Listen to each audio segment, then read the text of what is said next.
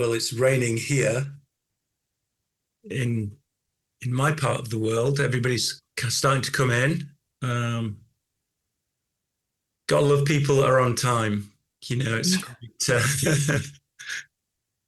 maybe you're always on time, you guys, which is a skill set. I wish I had sometimes. But thanks for being on time. And we're super pleased about the conversation today. Want to say hello for those that have been here before. Welcome back. Hello again. People will drift in. And we're excited because 200 people registered. Things come up, meetings happen, agendas shift.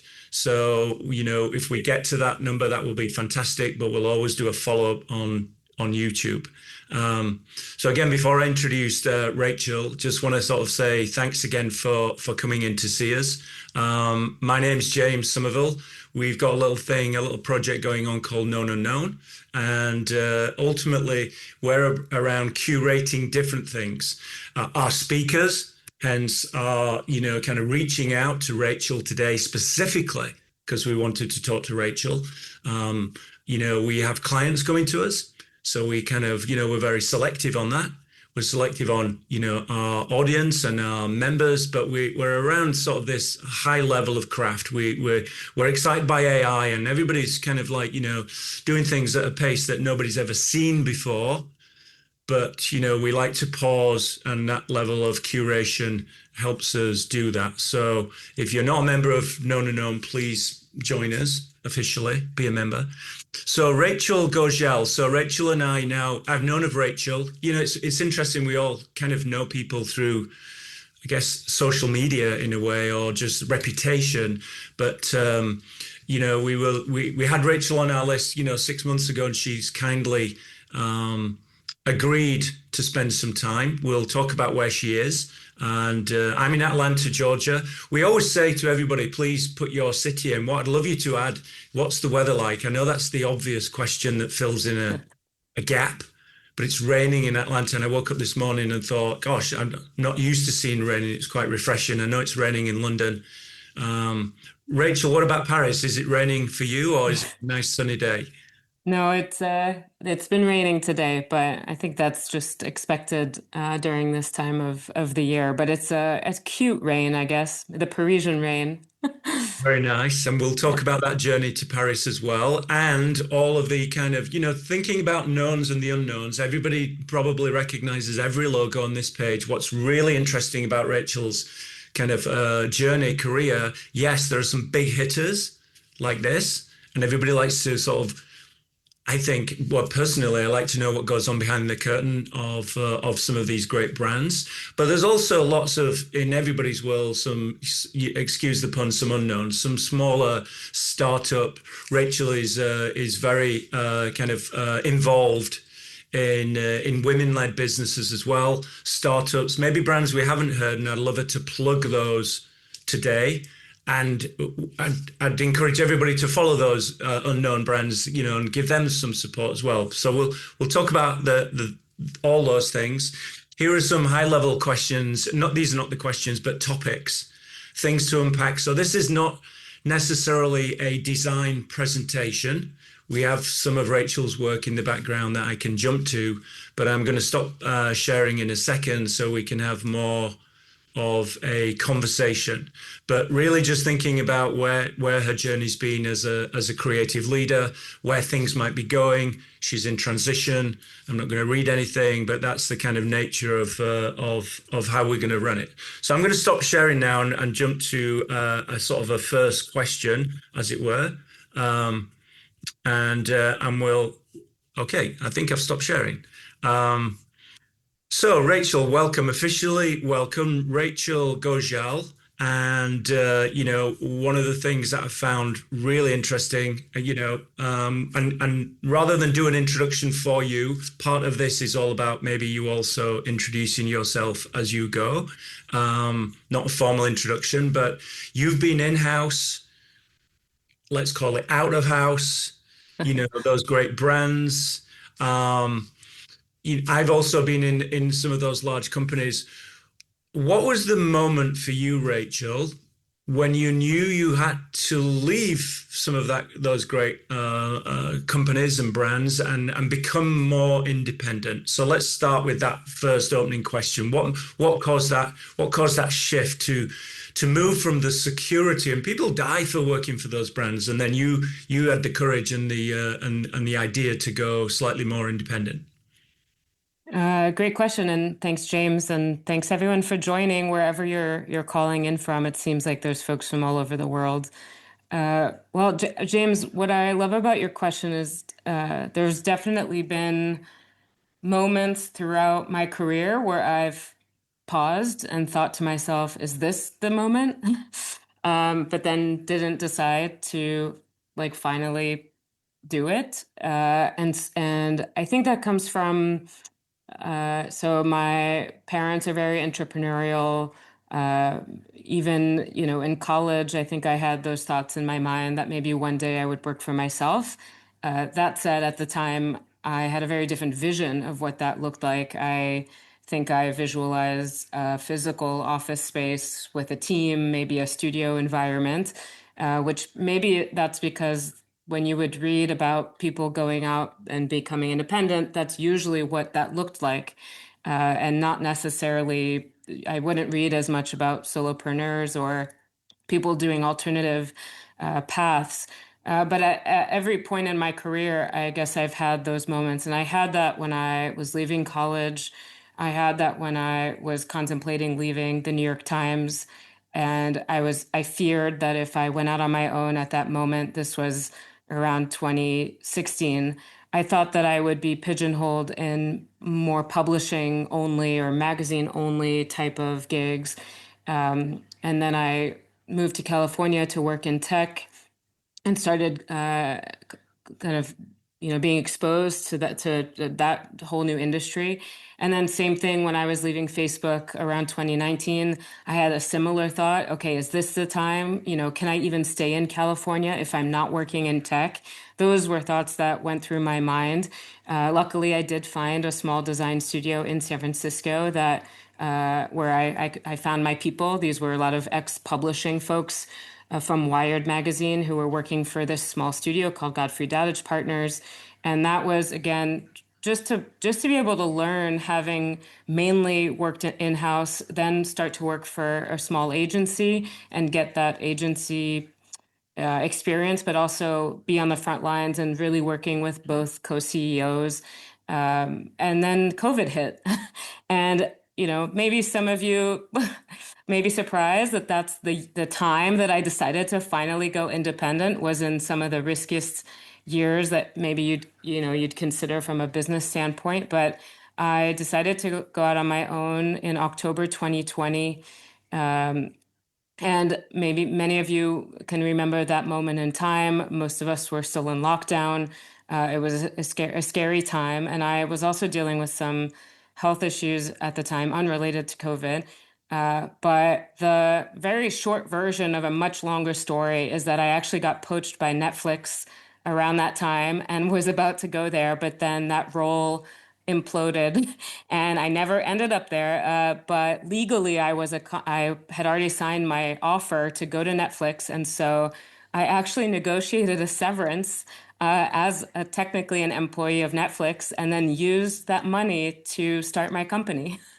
So there's kind of a crazy story there where I had these moments in time for years around, is this the time? Is this the time? The reality is, it's a very personal question. I don't think there's always one right answer for anyone. But I finally did it, and it happened in such a strange way.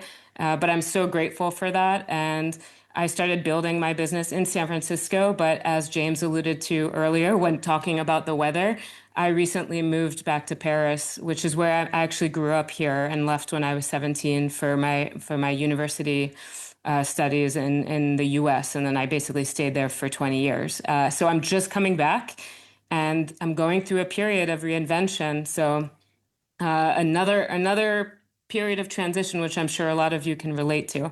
I'll come on to the reinvention because I think many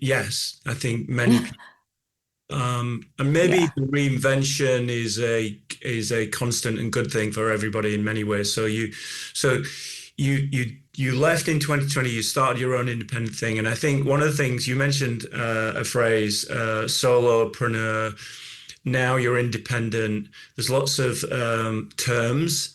hmm Obviously, the kind of like maybe not so shiny word would be a consultant. You've described yourself as a fractional leader, and I see the word fractional coming up. There's in residence. I have a in residence role at the moment. So I guess where I'm going with this mm, question is, do you think that roles are definitely changing, that this kind of if you're partly in but with a leadership role, let me add this to the question: how do you build that level of respect and authority when you're not permanent, if that makes sense? And you mentioned a phrase around you found your people. I wrote that down.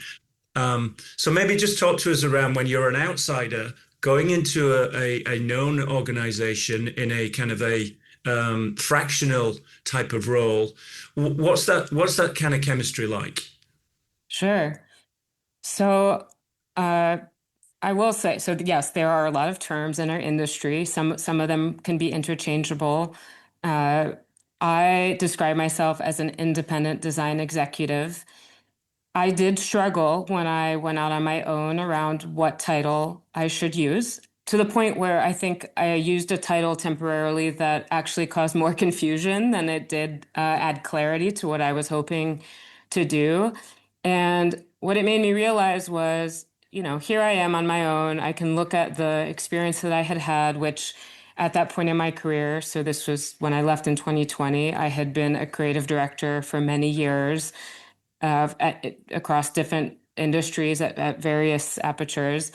And I wanted to come in and see if I could find positions that are similar to what I would read about when you hear about this idea of being a part-time consultant or being an executive, and kind of test out the waters around, is it even possible to join a company part-time as a creative director and uh, essentially have most of the responsibilities that come with being full time, but do that in a portion of the time, not necessarily be in all the meetings.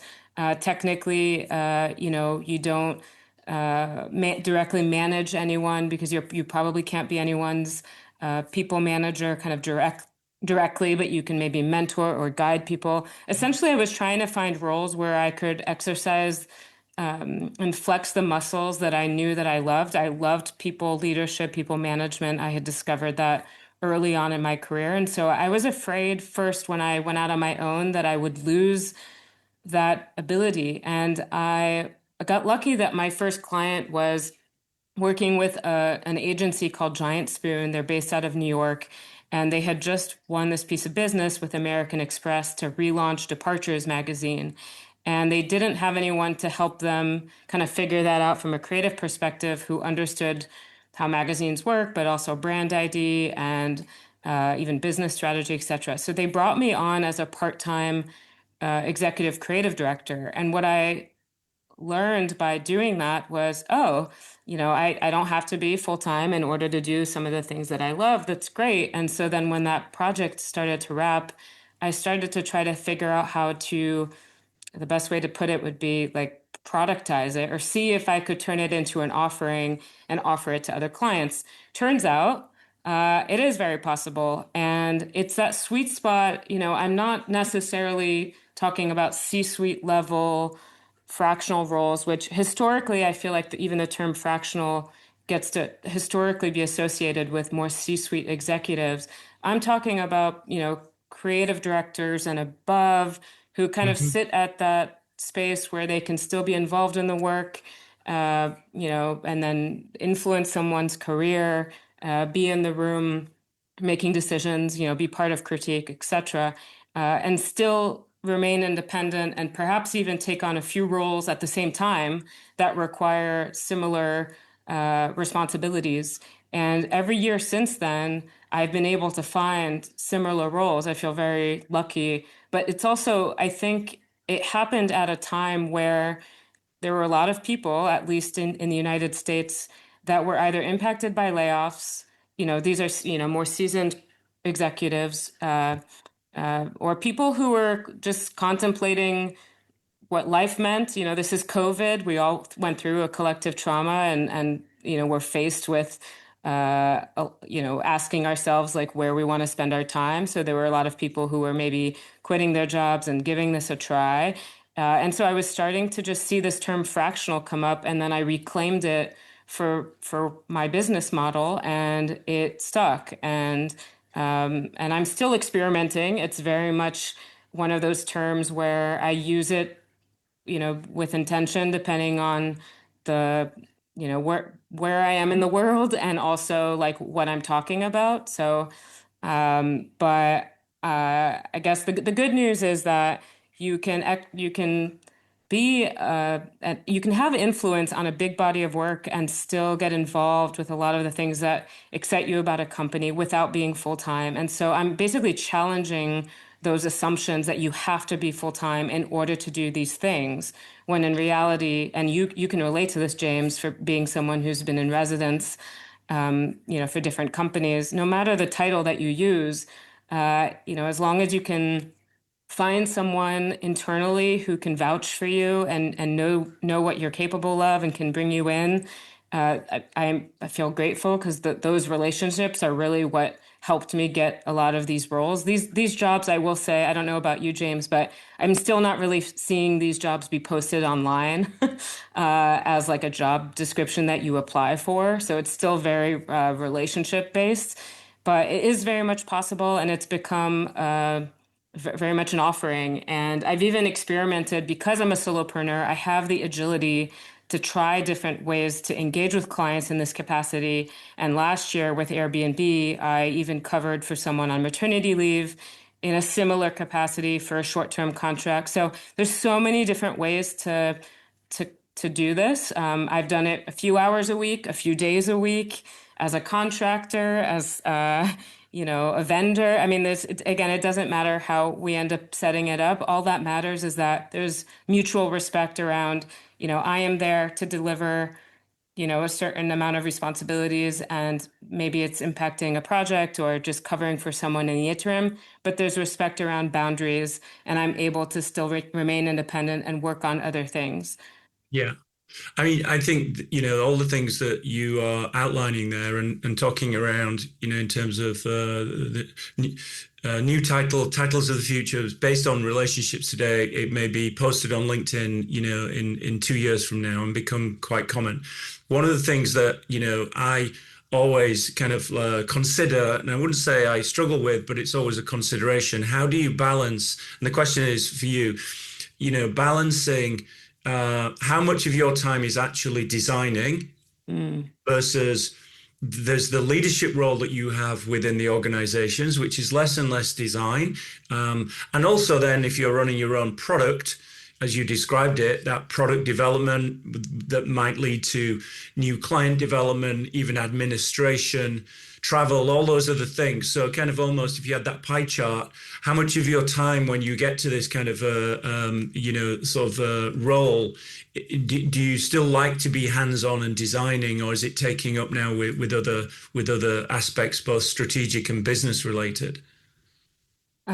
I love this question. So I would say personally, and maybe different people would answer this, I get drawn to roles where even if it's a creative director title, there is openness and desire for me to be somewhat hands-on, or, I care so much about the craft. I am drawn towards projects where they need interim creative leadership because there's some seismic change that's happening, usually new technology, something big in culture, a change in leadership, someone just left. There's usually a lot of messiness. So I'm drawn to things that tend to be broken or require its next evolution.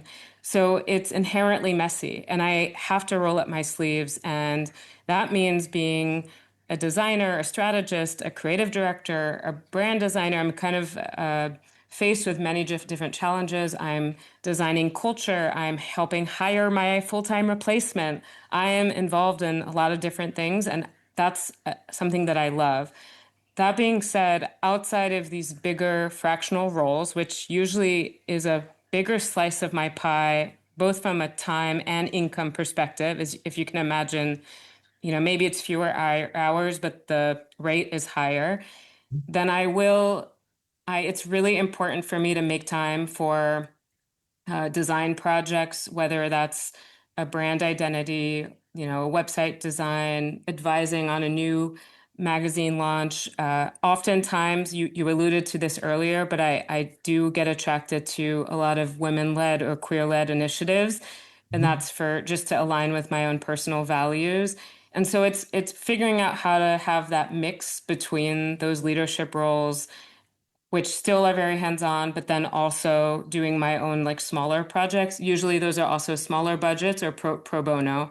And then I would say from the pie chart thing that you mentioned earlier, because I track my time, both billable and non-billable, it gives me a good sense every year where and how my time is being spent. And uh, except for last year, which a big portion of my hours did go towards Airbnb, most other years, it's about 50% of my time goes to my consulting, what I call my consulting practice. So whether that's fractional work or design work, it's kind of under that umbrella.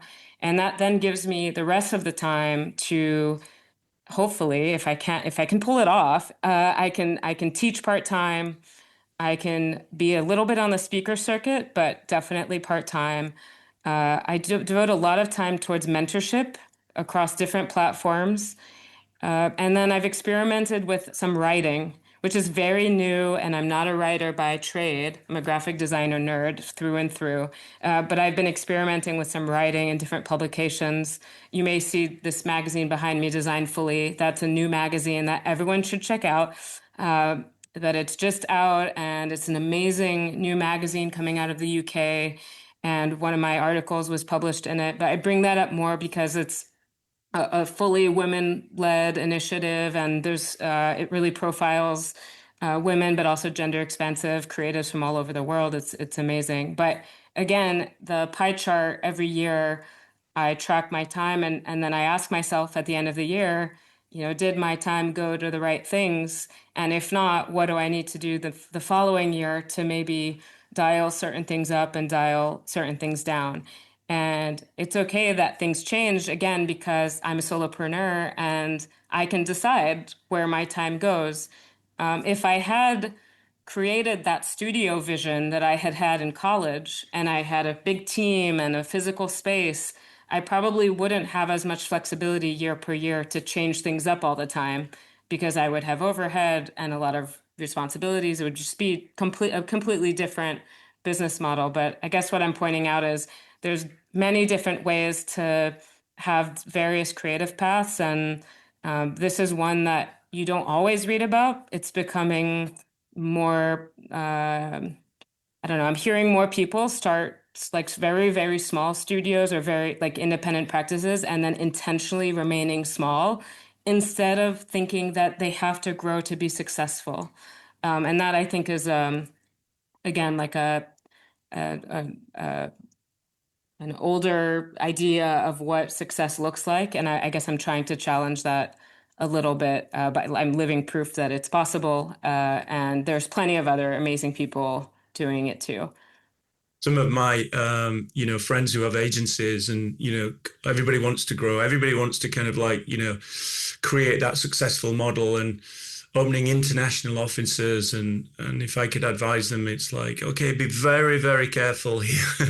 It looks great, but maybe that's something that at the same time can be quite a challenge. So let me give you a couple of rapid fire one word answers, and then I'm going Yeah. to. Okay, what's the most overused word in creative briefs right now? And aside from Gen Z, Um, well, okay, I'll say storytelling. good one, good one. Um, I think eh, it's yeah. just that's like the one word. So Okay. I'll go on Okay. to another one. Yeah. A design trend that you wish would go away.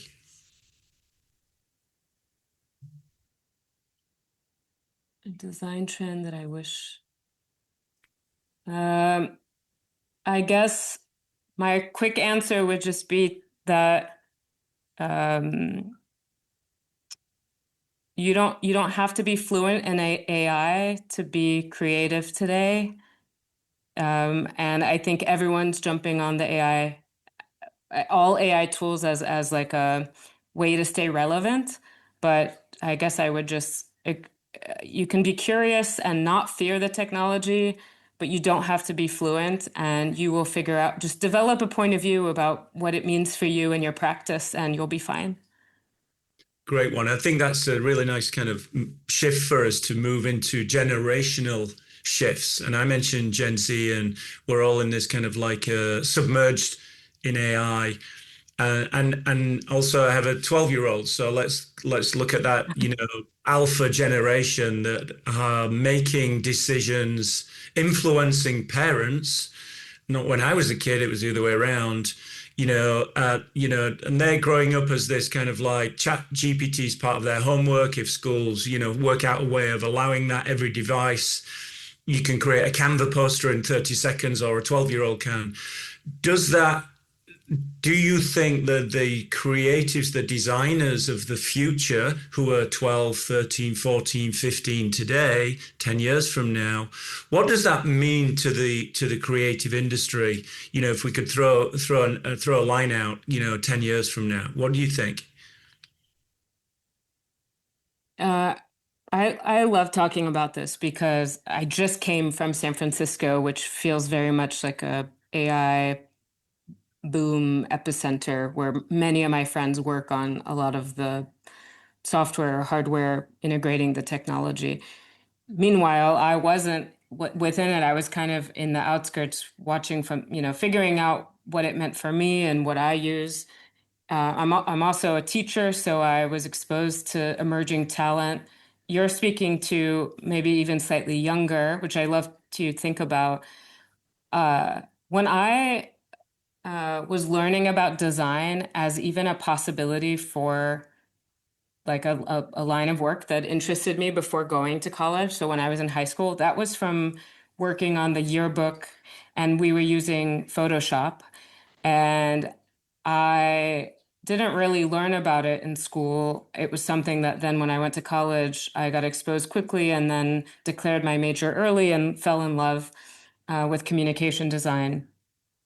Obviously, AI wasn't necessarily in your face then, and the technology was not what it is like today. But there was this, uh, I think with the first generation of the iPhone, and then the iPad, and then all mobile devices taking off, and then I mean the Adobe Creative Suite has continued in the background and has evolved, but since then we've had Figma and many other tools that have come onto the scene. I feel like personally, I have had to learn, again, certain technology and tools at a very fast pace, but it's also something I've been curious about, is like, how does technology affect design, and how does design affect technology, and kind of understanding those relationships. Obviously, now things are accelerating at a much faster pace. I hope that most high schools and design education are integrating um, you know, discussions about these tools, both the good and the bad, and talking about it from an ethical standpoint, but also a practical one. Unfortunately, there's still a lot of gaps in design education, which is why I'm seeing a lot of new like programs emerge that are run through independent entities. And you can learn about things online now. I mean, the YouTube University, and just going on the internet. And I know that these younger generations are so native to the phone and to screens that it's so second nature to them. So I guess what I hope to see, or what I can imagine will only continue to grow, is that there's this tension between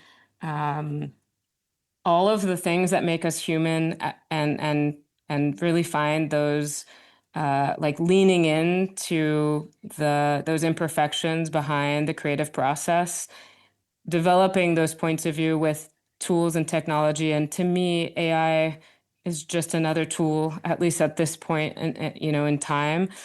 And then kind of figuring out your own relationship to it and how it works with your process. And as long as you think about craft and originality and never go into it with the hope to steal anyone's style or like truly kind of push the tool beyond some of the kind of surface level abilities.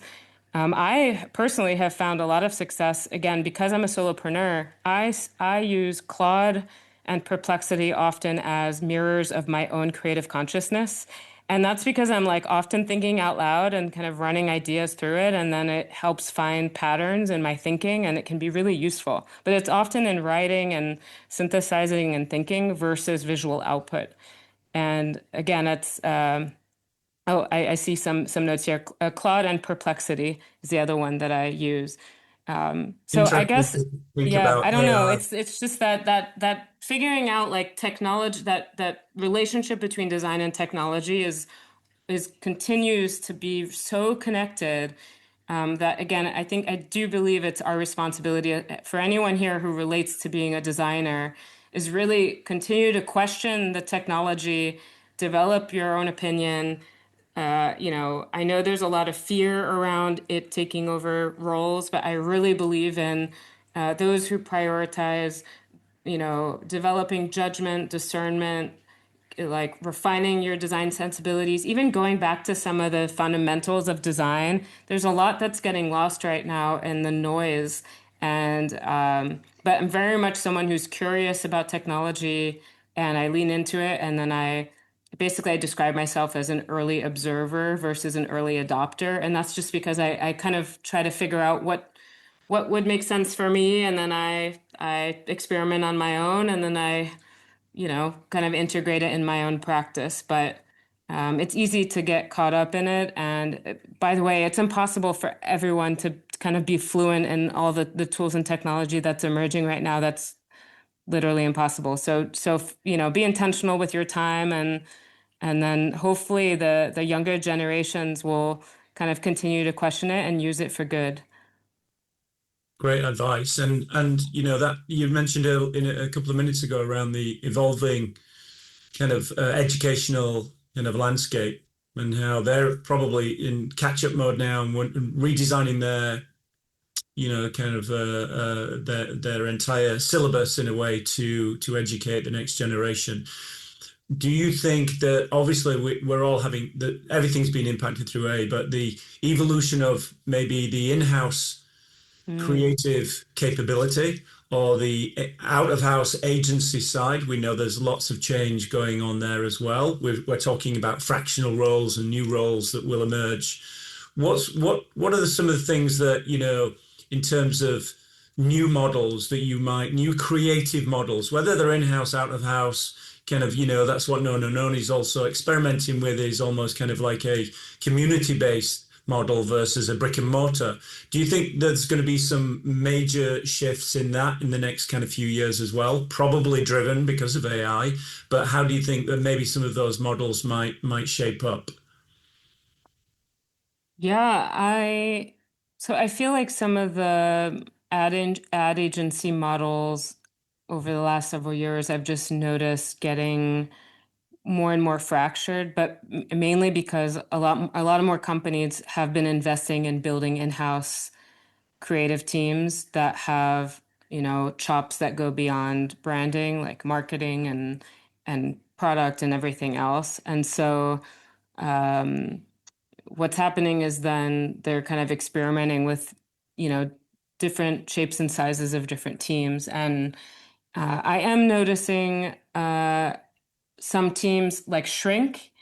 They're a little flatter hierarchically.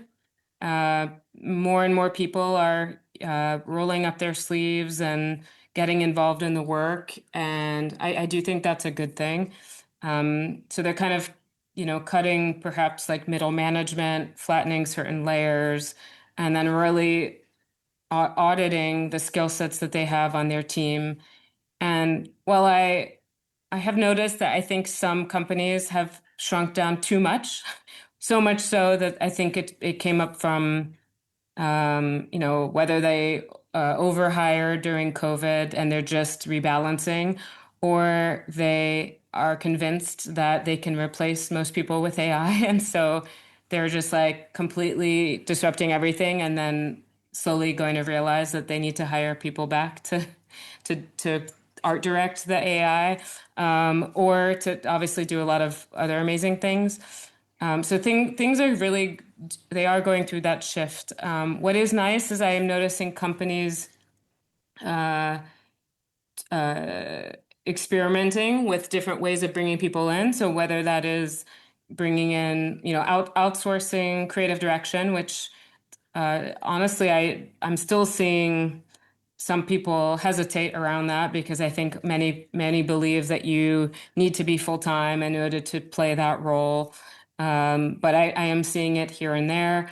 I have noticed some companies, like I was involved with a project with Chicken and Egg Films, which is this amazing nonprofit film organization out of New York that promote like women and gender expansive documentary filmmakers. And they ended up hiring me and my friend. Technically, we're not like under an umbrella company or anything like that, but we were just both offering different skill sets and we complemented each other. And basically, they hired us as a duo and we pitched like an RF. We responded to an RFP. We like design, created a proposal and applied just like maybe any agency or studio would. And we won that piece of business. And I guess what that proved to me was that some companies are becoming open to even, non-traditional partnerships in order to, that maybe fit their mission or their values, and we worked really well together.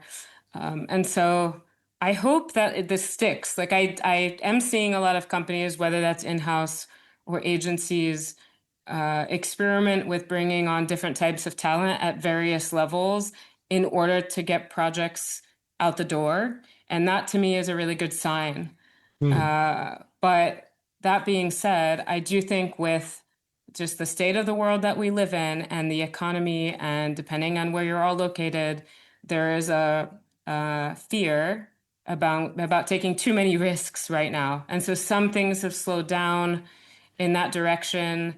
Whether you read the news or hear about, some companies that require people to work in the office again, so return to work policies changing, or, I don't know, there's just these interesting things that I'm noticing in the workforce that, I still think there's a lot of companies that are, to me, like really starting to innovate in that space. And I hope that that can continue. And maybe depending on your market, some are more like further ahead than others. But then again, like I'm noticing a stall a little bit. Yeah. Maybe I thinking, it makes me think that it'll be a fractional agency in the future where everybody's kind of like goes somewhere for a while, comes back, so there's this kind of new model of people who are released in a way. And maybe that does exist anyway. I don't know. But a question from Megana, if I've pronounced it correctly, back to this kind of fractional.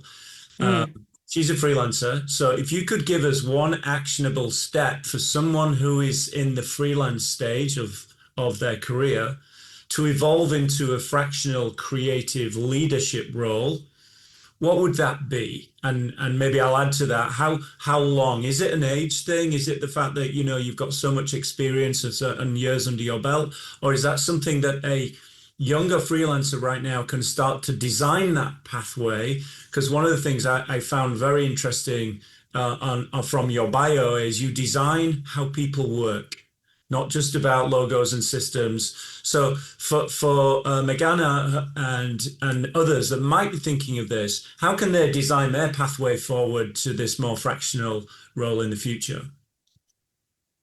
Yeah, so uh, I'll talk about it in two parts. The first is the term freelance, which again in our industry can be used across the board. Like technically, many people can see me as a freelancer, even though I don't use the term for myself. And that's just like the industry and how it works. When I polled my friends who are at a slightly higher level, or let's just say maybe have worked longer and just have a little bit more experience under their belt, and I asked them why they don't use the term freelance, most of them responded by saying, that was a term that I used earlier in my career, and it just felt maybe more junior to them, and just something that maybe was, yeah, kind of earlier stage career. But again, that doesn't apply to everyone. I know plenty of seasoned professionals who still use the term freelance, and that works just fine for them. I, if you're, so obviously I don't know as much about the person asking this question in terms of their years of experience, but if you truly want to move into a fractional design leadership role and you want to influence a body of work similar to what a creative director would do, I would say it helps to have had some creative direction experience, or even if you were an associate creative director or basically have had experience managing teams and kind of bigger budgets and projects. But that could be, in an in-house context, in an agency context, big, small, whatever, but at least have had that experience so that if you were to come in as a fractional leader, one of the benefits that I tend to pitch to companies is that I require very minimal onboarding. Like I can basically join, go on a listening tour, and like a few days in, be like, these are my priority projects. Do you agree? Ready to go. And I do think that that comes with just having that experience of kind of knowing what questions to ask and knowing what information to ingest versus what to disregard. So you can just get ready and go to make it worth their while, because usually it's a higher rate and maybe you're working fewer hours. And so if you truly want to kind of work within those types of contexts, I do think it helps to have that experience. That being said, the term fractional can actually be used for different levels. So I'm using the term fractional to be seen as a creative executive, and I basically gave myself that title when I started doing it, and then that helped people see me at that level. But I know others who, wanted to work for smaller startup environments, maybe even be hands-on making a product from scratch, and you could say you're maybe a fractional designer, I guess. Or I've seen new titles, at least in Silicon Valley, of like founding designer, kind of like an earlier stage designer, but you're like a very high level IC, like an individual contributor, and so you're senior, but like really focused on craft and not managing people. So it can kind of be used in different contexts. But yeah, I guess I'll just close the thought by suggest, like, at least for me, the reason why I decided to use the term fractional was actually because of its historical association with C-suite executives, because to me it implies strategy, brain, cultural impact, and kind of like maybe a more higher level executive title. So just by using that word, even though if you define the word fractional, it's you could take it literally, like a fraction of time, fraction of cost, everyone should win. But it does come with that kind of higher level experience. And so, that's again like why I started using it, and where people started to kind of understand what I was trying to look for. I love the thought of someone who's got a, 9 to 5 role, they're employed, but they're doing side hustles or weekend gigs. They're kind of fractional freelance, or maybe we'll fractional freelance Fridays. There's a point in the week that maybe they could do something that's outside of their normal Mm. working day. And as you say, fractional, it doesn't need to be associated with C-suite. You can, as you've outlined there, it's a piece of time. It's a small amount of time that you're giving to something else. So I guess we've all got fractional roles anyway. So another couple of rapid fire, hopefully easy ones. So Okay. from your bio, you love to go museum hopping, playing basketball, drinking chai. Which one tells us most about how you think about design, if there's any in those three? Uh, wow. And No what one's do you ever get asked me from that? that. Yeah. I mean, I guess I could probably answer that by picking each one, but I'll pick basketball because why not? you may not notice because I'm on a Zoom, but I'm like 5'3", not that tall. Maybe if someone once said I have tall girl energy, I am not tall, just to be clear. But I was point guard and I played very seriously in high school.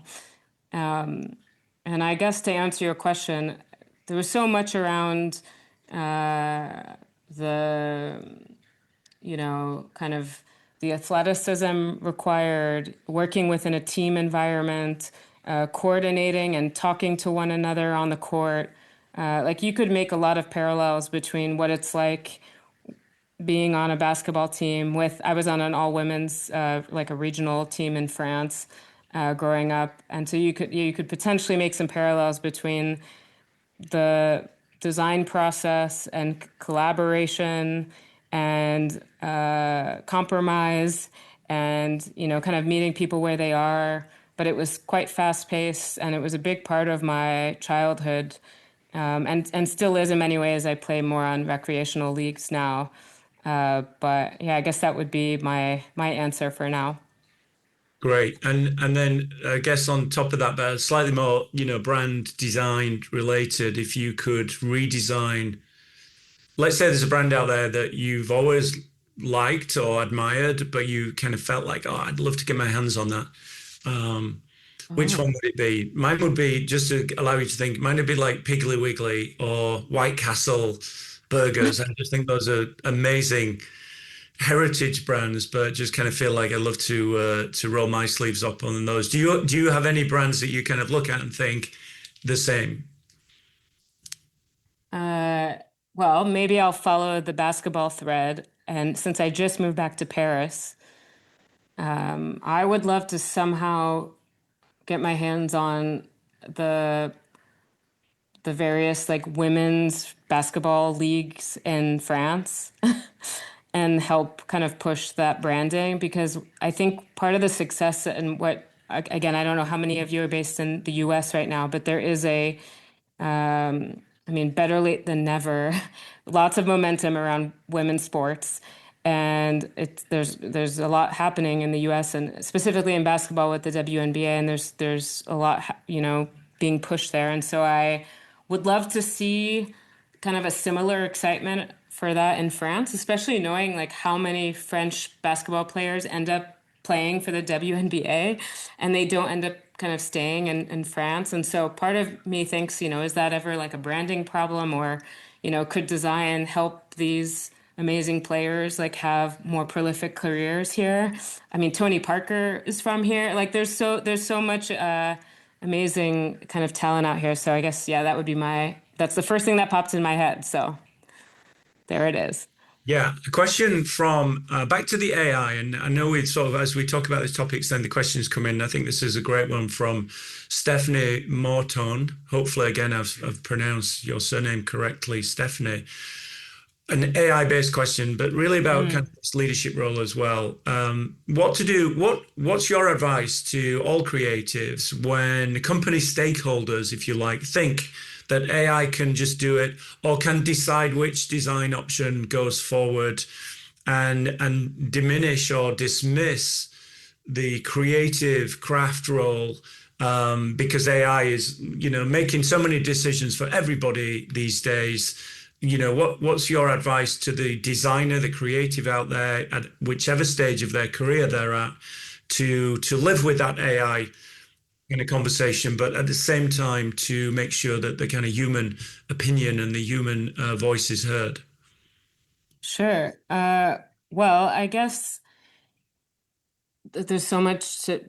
I'll try to make this quick, but I guess back to I'm a big fan of staying curious about AI technology as another tool that designers and creatives can use to kind of augment and maybe empower creatives, not replace, but truly add to the process and maybe can help introduce efficiencies in some part of the process, but not necessarily kind of replace the final output. And that I think, again, more than ever in our history, you know, craft, developing certain design sensibilities, tastes, being able to art direct these prompts, which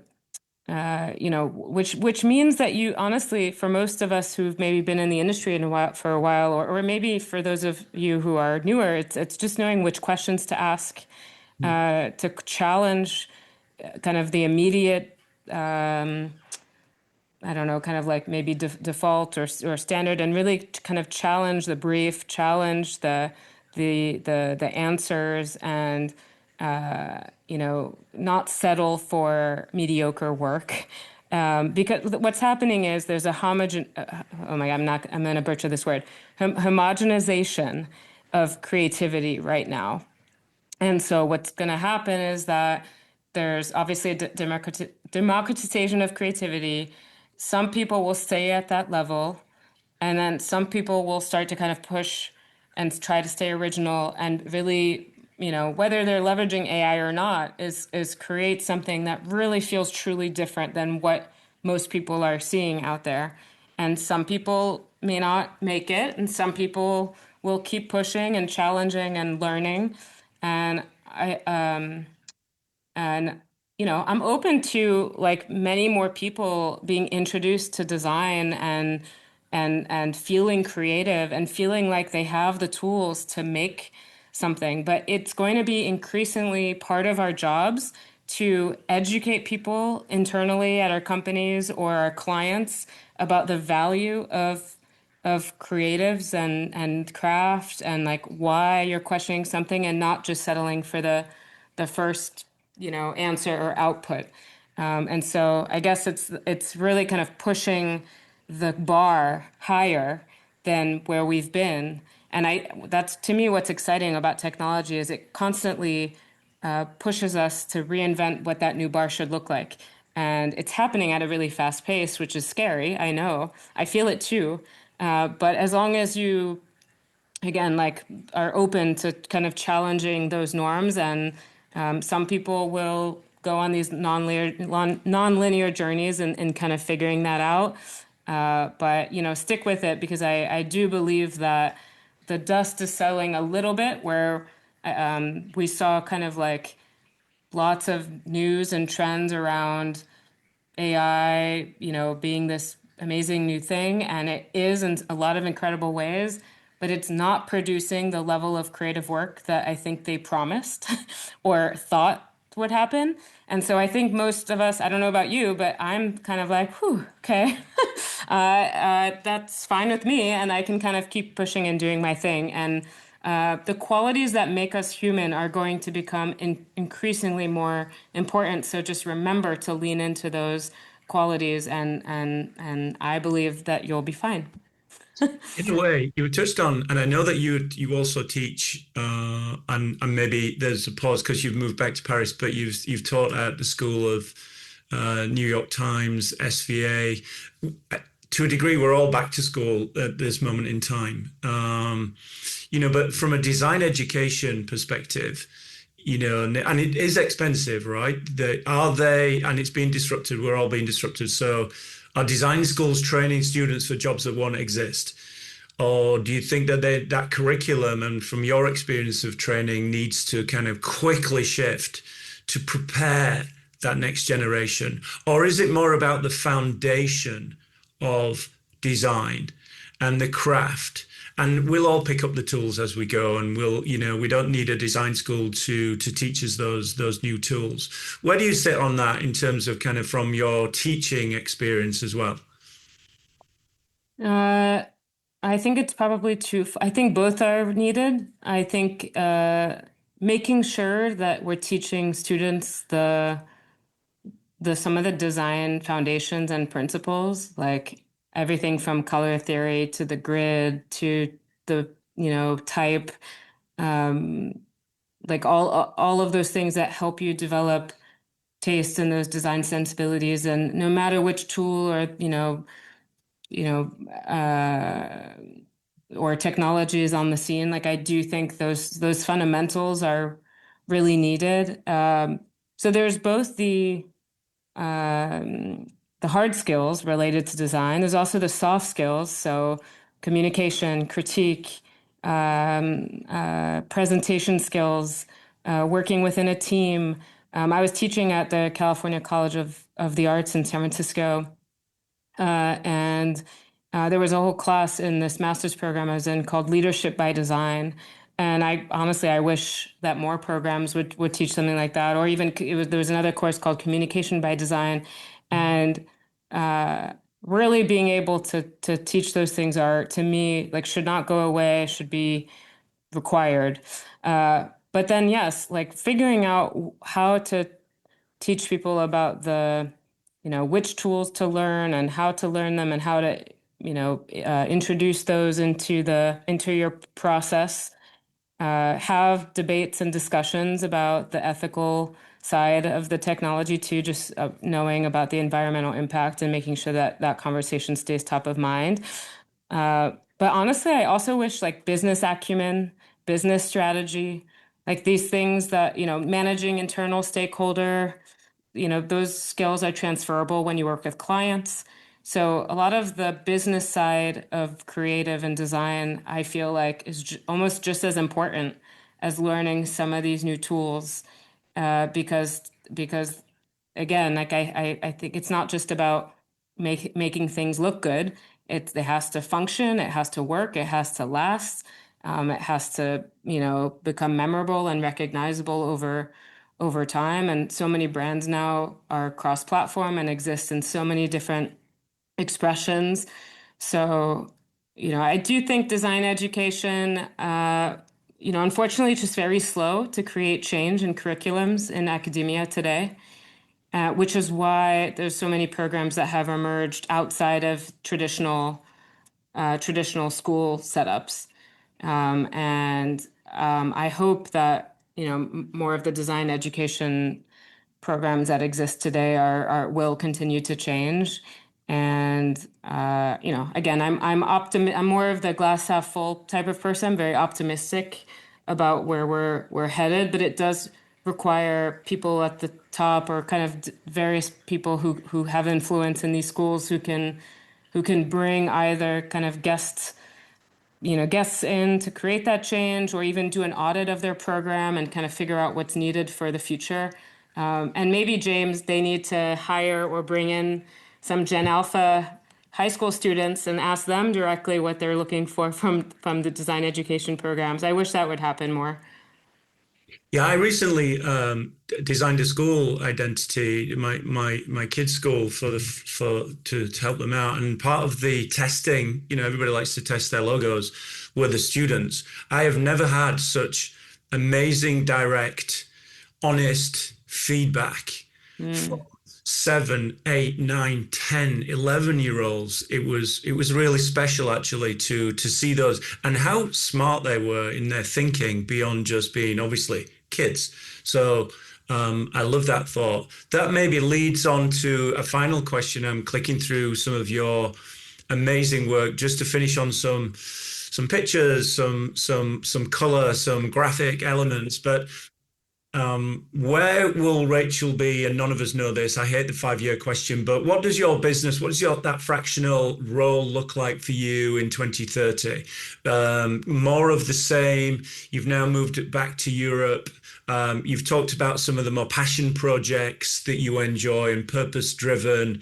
How do you see that kind of playing out? Aside from AI, aside from you kind of the noise that's around all of us, just from a sort of a personal kind of journey and roadmap for yourself? Where do you see yourself kind of in a few years from now?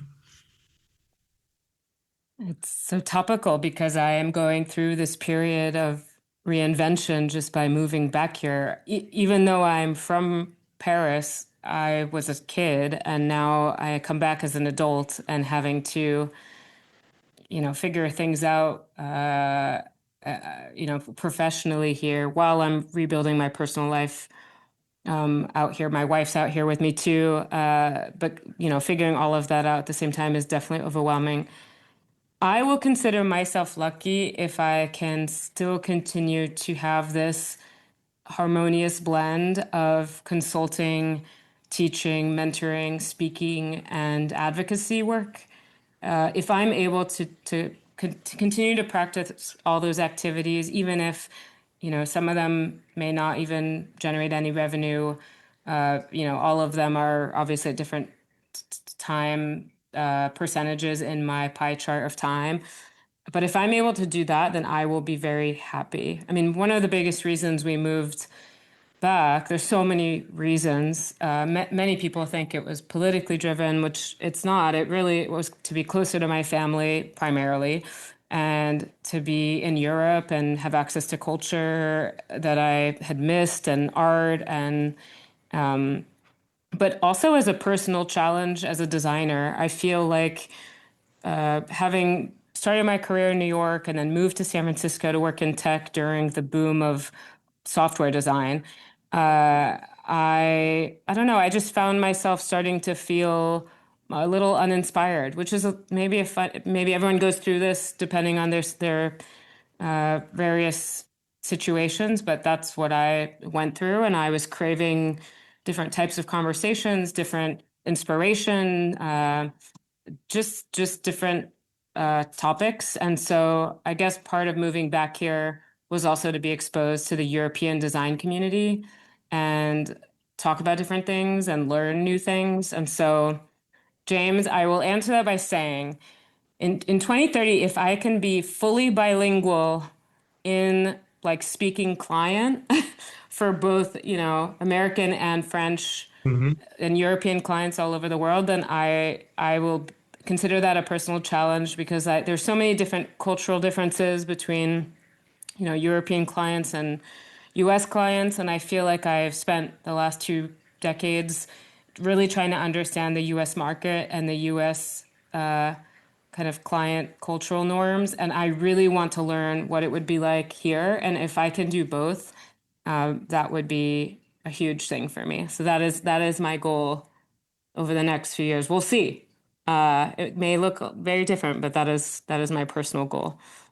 That's a wonderful note to kind of finish on and give and not just your personal goal, but there's advice there for everybody constantly learning. Even though you've kind of reached to a degree a pinnacle, all those great brands, this kind of world that you've been exposed to, different industries, different levels of leadership, but still curious and hungry to kind of learn more and do more, which I think is, the soul of any creative. So Rachel, thank you again. I know we're slightly over time, everybody. Thanks for sticking around. Thanks for coming along. I think it's just great that we could all get together. I feel like we've made a friend. We haven't met yet. We'll meet in the future. I'd love a point in our sort of calendar year one day where we could do this live, really in the room. But thanks everyone for dialing in. Enjoy the rest of your day and evening, morning, wherever you may be. We're going to put this out on YouTube. If you are a member, thank you for supporting Known Unknown. We really appreciate everybody's support. And if not, it's easy. We can feature your work if you want to become a member. We're always about whatever point in the career ladder you are at, we want to feature your work. So that's the kind of mission that we're on. And so you can join us anytime. But Rachel, thanks again. Thanks to Thanks, everybody on the James. call. And enjoy the rest of your Wednesdays. Thanks, Bye, everyone. everyone. It was great to hear your questions. And yeah, don't be shy. Feel free to connect with me on all the things. Thanks, James. Thanks to the Known Unknown team. Take care.